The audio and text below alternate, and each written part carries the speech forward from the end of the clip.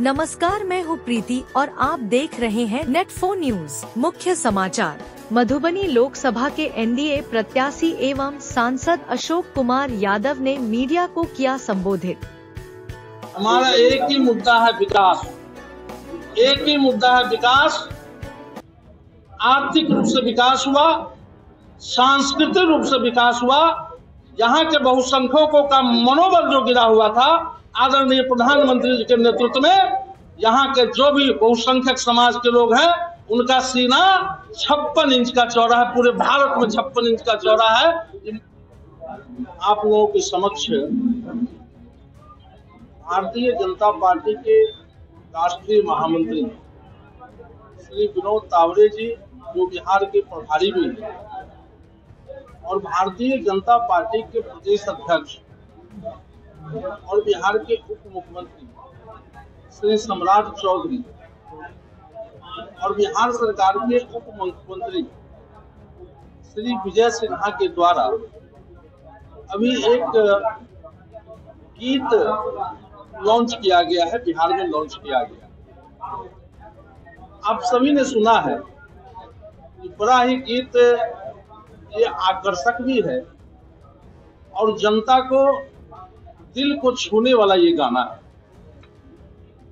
इस गाने में जो इस देश में गरीब कल्याण के लिए माननीय प्रधानमंत्री के द्वारा जो काम किया गया है, उन कामों का भी उल्लेख है। और बिहार में जो 15 वर्षों तक लालू जी और राबड़ी जी के नेतृत्व में जो सरकार थी बिहार में, उस समय बिहार में जो अराजक राज था, गुंडा राज था, बिहार में कोई विकास नाम की कोई चीज नहीं था। आए दिन अपहरण होता था, नरसंहार होता था और यहाँ पर कानून नाम की कोई चीज नहीं रह गया था बिहार में। इस चीज को भी बिहार वासियों को याद दिलाया गया। और माननीय प्रधानमंत्री जी जब भारत के प्रधानमंत्री बने तो उन्होंने पहले भाषण में कहा कि इस देश के संसाधन पे सबसे पहला हक गरीबों का। और लगातार 10 वर्षों के कार्यकाल में गांव, गरीब, किसान, शोषित, वंचित, महिला, युवा जो कार्य किए गए हैं, उनके बारे में भी इस वीडियो में झलक दिखाया गया। चाहे माताओं के लिए घर में उज्ज्वला योजना के लिए गैस का कनेक्शन क्यों नहीं हो, या शौचालय की व्यवस्था क्यों नहीं हो, या बिजली की व्यवस्था क्यों नहीं हो, या पूरे विश्व में जो हेल्थ से संबंधित काम है, आयुष्मान भारत 5 लाख तक का इलाज जो गरीबों का इलाज होता है, उसकी भी चर्चा की गई है। किसानों के संबंध में भी चर्चा किया गया। इसमें जो 6,000 रुपया पर ईयर माननीय प्रधानमंत्री के द्वारा किसानों को दिया जाता है, इस सारी योजनाओं का इस वीडियो के माध्यम से, इस गाने के माध्यम से हम लोग जनता के बीच में जाने वाले हैं। और यह पहली सरकार है आदरणीय नरेंद्र मोदी जी के नेतृत्व में जो अपने 10 वर्षों के कार्यकाल का जो विकास हुआ है, गांव, गरीब, किसान, सभी वर्गों के लिए जो विकास हुआ है, उस जनता के बीच में हम लोग हिसाब भी देने जा रहे हैं। और माननीय प्रधानमंत्री जो बोलते हैं वह करते हैं। क्या भारतीय जनता पार्टी के मैनिफेस्टो में हम लोगों ने सब दिन कहा है कि अयोध्या में भव्य राम मंदिर का निर्माण होना चाहिए। आज अयोध्या में भगवान श्री राम भव्य और दिव्य मंदिर में विराजमान। जनसंघ काल से हम लोग कहते रहे हैं कि कश्मीर से धारा 370 हटे, और माननीय प्रधानमंत्री जी के नेतृत्व में आज कश्मीर में धारा 370 नहीं है। आज वहां न पत्थरबाज कहीं मिल रहा है, न गोलियां चल रही है। आज कश्मीर में भी जो वहां के पिछड़े वर्ग थे, उनको भी आरक्षण मिल रहा है। पंचायती राज का चुनाव हुआ है और कश्मीर में भी विकास का धारा वहां बह रहा है। आदरणीय प्रधानमंत्री जी के नेतृत्व में सभी क्षेत्रों में विकास हुआ है। आज हम विश्व में आर्थिक रूप से 5वें पायदान पर हैं। या रक्षा के क्षेत्र में पहले हम जो आयात पर निर्भर करते थे, आज रक्षा के क्षेत्र में भी हम आत्मनिर्भर बनते जा रहे हैं और निर्यात भी करते जा रहे हैं। पाकिस्तान के सीमा पर हमारे सैनिकों का गला काट लिया जाता था, लेकिन आदरणीय प्रधानमंत्री जी के नेतृत्व में आज पाकिस्तान की हिम्मत नहीं है कि आंख उठा के भारत की ओर देखे। एक बार गलती किया था बालाकोट में, माननीय प्रधानमंत्री जी के नेतृत्व में पाकिस्तान में घुसकर एयर स्ट्राइक किया गया था और सारे आतंकवादियों को ठिकाने को ध्वस्त भी किया गया था। हर क्षेत्र में विकास हो रहा है, इसलिए आज हम लोग 10 वर्षों को दोबारा भारतीय जनता पार्टी ने मधुबनी संसदीय लोकसभा क्षेत्र से लोकसभा के लिए प्रत्याशी बनाया है।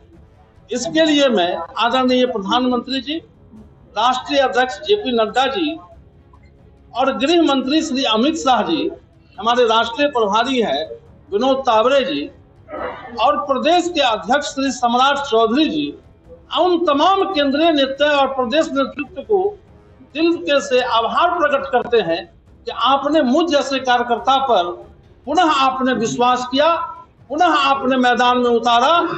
हम आप लोगों के माध्यम से अपने नेताओं के आश्वस्त करना चाहते हैं कि जनता का आशीर्वाद प्राप्त है और पिछले बार मधुबनी के कार्यकर्ताओं के बल पे, मेहनत के बल पे हम पूरे बिहार में सबसे ज्यादा वोट से जीते थे और इस बार भी हम लोगों ने संकल्प किया है, मधुबनी की जनता ने संकल्प किया है, हमारे कार्यकर्ताओं ने संकल्प किया है, एनडीए के नेताओं ने संकल्प किया है कि इस बार भी मधुबनी पूरे बिहार में पहले नंबर पर रहेगा, पहले नंबर पर जीत हमारी दर्ज होगी।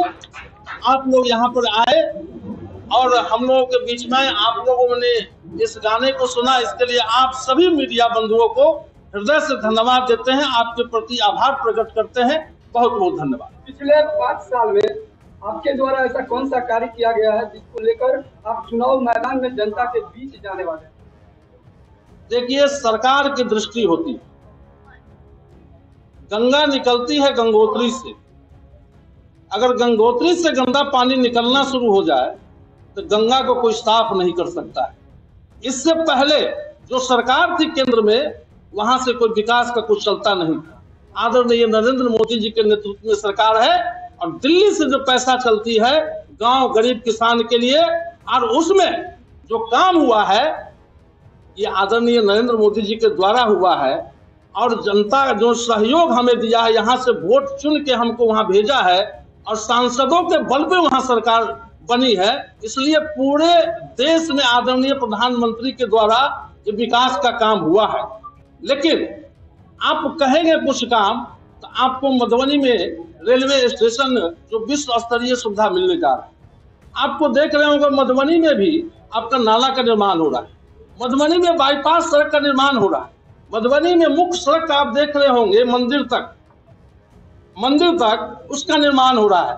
हजारों करोड़ का एनएच का निर्माण हो रहा है, दरभंगा से जयनगर का लगभग 2000 करोड़ उस पर पैसे लग रहे हैं। और भी ऐसे कई आपको सैकड़ों किलोमीटर यहाँ पे प्रधानमंत्री सड़क योजना के द्वारा वहां पर सड़कों का निर्माण हो रहा है।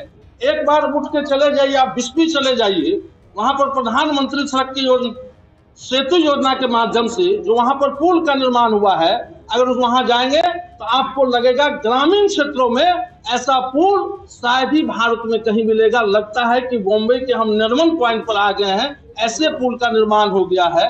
और भी ऐसे छोटे छोटे काम हैं, अगर गिनाने लगे तो काफी समय लगेगा, लेकिन इतना साफ है कि हमारे प्रधानमंत्री जी के हम नेतृत्व में काम कर रहे हैं। प्रधानमंत्री जी वहां से जो भी काम होता है प्रधानमंत्री के द्वारा सीधे आम गरीब तक पैसा जाता है। आम गरीब जो सबसे नीचे पावदान पर बैठा हुआ व्यक्ति है वह आज लाभान्वित हो रहा है। अपने प्रतिद्वंदी को मैदान में पटकनी देने के लिए आप चुनावी मैदान में किन किन मुद्दों को साथ में लेकर उतरने वाले? हमारा एक ही मुद्दा है विकास, एक ही मुद्दा है विकास।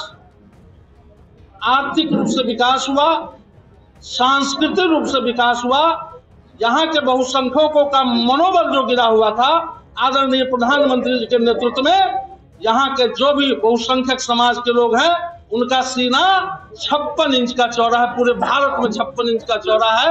ये मुद्दों को लेकर, विकास मुद्दों को लेकर चलेंगे। बहुत बहुत धन्यवाद।